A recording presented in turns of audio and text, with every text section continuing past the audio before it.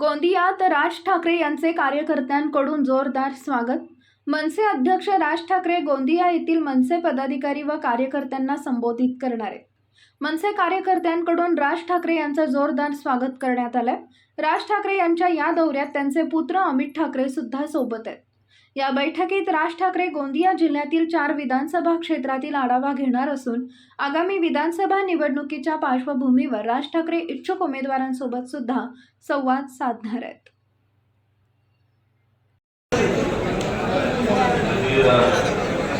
आलेल्या सर्व पत्रकार बांधवांचे मेळावा आहे. आपल्याला जे हवं आहे कुठे झालेलं आहे.